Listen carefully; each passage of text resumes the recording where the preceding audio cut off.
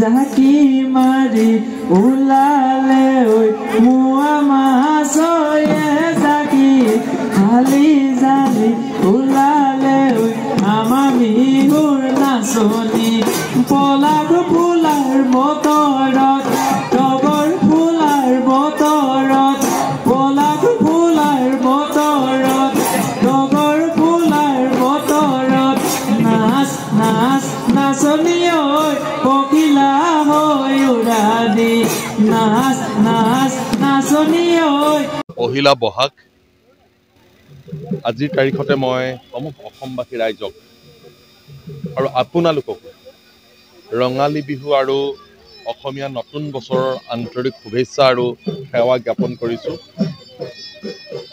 আহি থকা বছৰটোত যাতে সকলো মানুহৰ ভাল হওক, ৰাইজৰ হকে হওক, ৰাজ্যখনৰ হকে হওক, আমাৰ যিবিলাক নিজৰ সমস্যা আছে, ৰাইজৰ সমস্যা আছে, জাতিটোৰ সমস্যা আছে, এইবিলাক নিষ্পত্তি হওক। এই বছৰটোৱে যাতে নিষ্পত্তি কৰি আমাক সকাহ দিয়ে তাকে আমি কামনা কৰিছোঁ। অন্য হাতেদি আমি অসমীয়া জাতি অস্তিত্বৰ সংকটত থকা এটা জাতি আমি সকলোৱে জানো, কিন্তু যেতিয়াই বিহু আহে, যেতিয়াই উৎসৱ আহে, আমি সাহস পাওঁ, প্ৰেৰণা পাওঁ, নতুনকৈ আকৌ আগবাঢ়ি যাবলৈ সকলোৱে সাহস পাওঁ।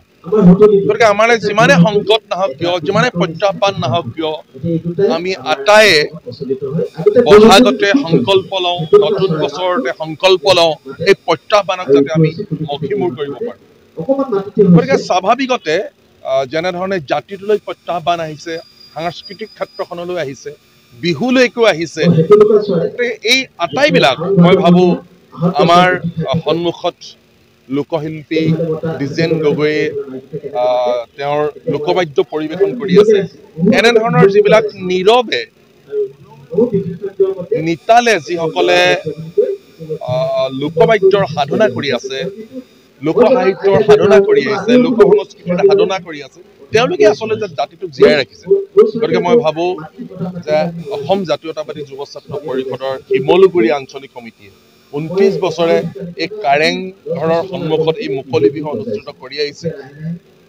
কাৰেং ঘৰ যিডোখৰ ঠাইৰ পৰা ২৫০ বছৰ সমগ্ৰ জাতিটোক নেতৃত্ব প্ৰদান কৰিছিল, ৰাজ্যখনক নেতৃত্ব প্ৰদান কৰিছিল, ইয়াতে ৰাজধানী আছিল। গতিকে তেনে এখন ঐতিহ্যমণ্ডিত ঠাইৰ পৰা মই পুনৰবাৰ সমূহ অসমবাসী ৰাইজক আজিৰ এই পহিলা বহাগতে সেৱা আৰু শুভেচ্ছা জ্ঞাপন কৰিছোঁ।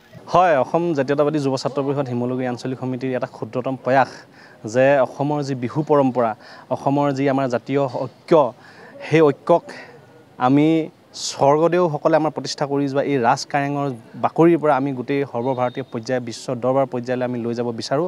আৰু তাৰ প্ৰয়াস হিচাপে আজি 29তম বৰ্ষ মুকলি বিহু আমি অসম জাতীয়তাবাদী যুৱ ছাত্ৰ পৰিষদে দিনজোৰীয়া কাৰ্যসূচী অনুষ্ঠিত কৰিছোঁ।